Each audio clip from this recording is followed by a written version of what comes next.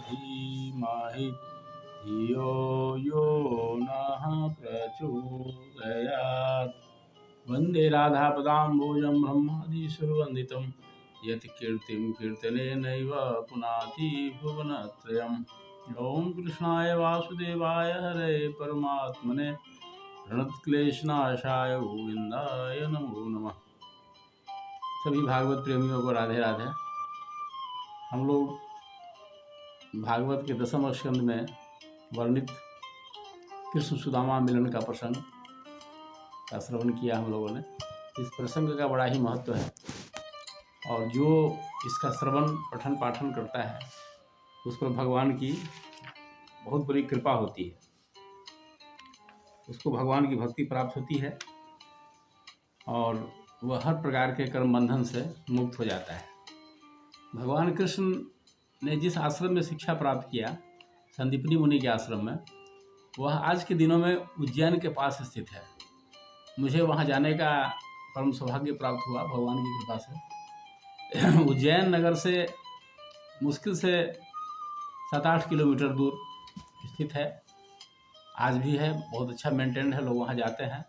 और आपके घर में अगर कोई छोटा बच्चा हो, वैसे सबके लिए है, लेकिन कोई छोटा बच्चा अगर हो तो उसको लेकर के उस जगह पर अवश्य जाइए, भगवान उसको विद्या बुद्धि प्रदान करेंगे।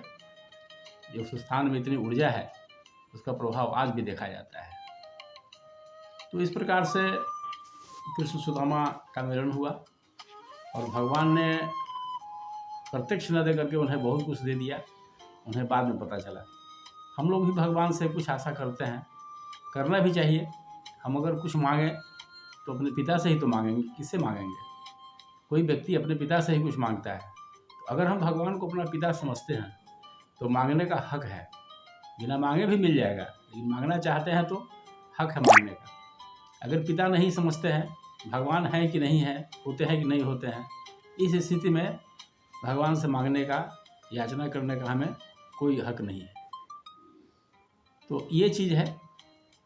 और भगवान ने सुदामा जी को देवलोक की संपत्ति दे दिया और सबसे बड़ी बात ये है कि सुदामा जी उसको भगवान का प्रसाद मानकर स्वीकार किया और उसे ग्रहण किया और उन्हें परम पद की प्राप्ति हुई। आगे की कथा आती है समंत पंचक तीर्थ, ये भी कुरुक्षेत्र में है और यह भी बड़ा दर्शनीय स्थल है। भगवान ने गीता का उपदेश यहीं दिया था।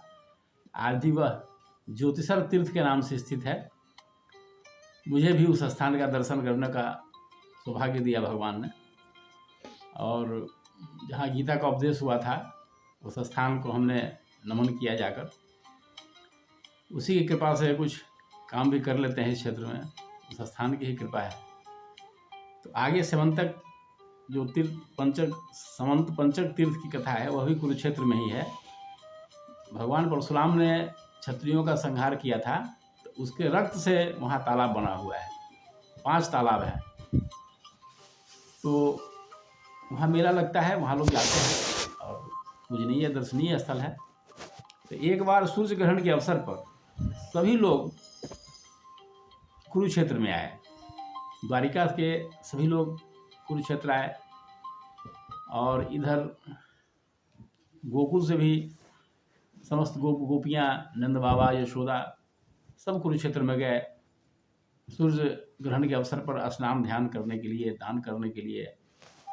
वहाँ सब एक दूसरे से मिले, बड़े प्रसन्न हुए। और गोपियों की तो हाल मत पूछिए। गोपियाँ तो इतने दिनों से भगवान श्री कृष्ण से मिलने की चाहत रखते थे, कभी मौका नहीं मिला प्रत्यक्ष दर्शन का, और आज इस अवसर को वे खोना नहीं चाहते थे। अनेक वर्षों के बाद गोपियाँ श्री कृष्ण से मिलने को आतुर थी, आज मिलने भी आई हैं अन्य लोगों के साथ। तो ये मिलन का प्रसंग बड़ा ही सुंदर है। देश भर के लोग वहाँ आए थे। कुंती, वासुदेव सब एक दूसरे से मिले, प्रसन्न हुए। प्रिय लोगों से मिल करके तो प्रसन्नता होती ही है मनुष्य को। हर कोई चाहता है कि पिछड़ा हुआ कोई अपना हो तो उसे मिले, और मिलने का एक आनंद होता है। तो ये सब आनंद एक दूसरे को मिला। कुल के बड़े बुजुर्ग भीष्म पितामह, द्रोणाचार्य, ये लोग भी आए हुए थे। युधिष्ठिर दुर्योधन सब वहाँ आए थे, सबका मिलन हुआ। यशोदा ने, जो माँ यशोदा ने कृष्ण को और बलराम को उसी वात्सल्य भाव से देख रही थी। उन्होंने उसे अपने गोद में बैठाया, गोद में बैठाकर उन्हें प्यार किया। अब सोचिए उस माँ की क्या स्थिति हुई होगी कि जो अपने पुत्रों से अनेक वर्षों के बाद मिली हो। आज पुत्र भले युवा हो गया हो, लेकिन माँ यशोदा उसे उसी भाव से देख रही थी। जब भगवान मथुरा से प्रस्थान किए तो लगभग 11 वर्ष के थे। तो 11 वर्ष की उम्र के बच्चे से जितना प्यार हो रहा था, आज 60-70 वर्षों की उम्र में भी उतना ही प्यार कर रही है, गोद में बैठाकर चूम रही है। ये तो माँ का हृदय ही जाने, माँ का हृदय तो माँ का ही होता है। तो इस तरह से सब एक दूसरे से मिले, सब प्रसन्न हुए। और गोकुल के बुजुर्गों ने, मथुरा के बुजुर्गों ने उग्रसेन के भाग्य की प्रशंसा की कि जिसकी एक झलक पाने के लिए बड़े बड़े योगी कई जन्मों तक तपस्या करते हैं, वह परमात्मा तुम्हारे घर में रहते हैं। ये कितनी बड़ी बात है, कितना बड़ा तुम्हारा किस्मत है, कितना सुंदर तुम्हारा भाग्य है कि वह परमात्मा तुम्हारे घर में रहता है। इससे बड़ी बात क्या हो सकती है। तो इस तरह से सब एक दूसरे से मिले, प्रसन्न हुए। बहुत विस्तार से वर्णन है भागवत में। और भगवान कृष्ण भी समझ रहे थे कि मेरे बिना गोपियों की क्या हाल है और किस हालत में है, आज हमसे मिलने आई है। तो गोपियों से मिले, एकांत में गए, मिले सबसे बातचीत किए और उन्हें ज्ञान का उपदेश भी दिया।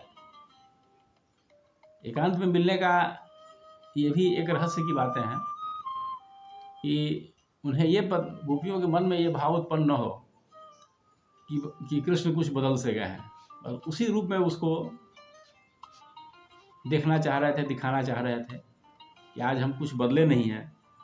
और भगवान ने उनसे पूछा कि क्या तुम सब मुझे याद भी करती हो।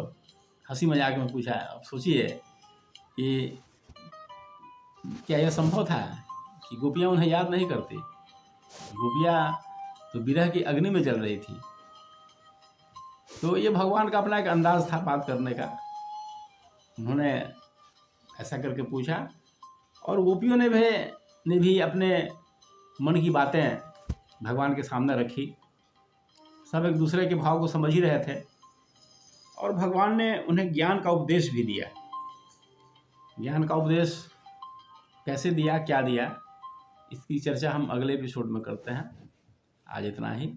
आप सब इस एपिसोड को देखें और शेयर करके दूसरे तक भी ले जाएं। इतनी आसानी से भागवत कथा हम उपलब्ध करा रहे हैं आप लोगों को, इसको कम नहीं समझिएगा। अगर आप इसे देखें तो इसे भगवान की ही कृपा मानिएगा, मेरा कुछ नहीं है।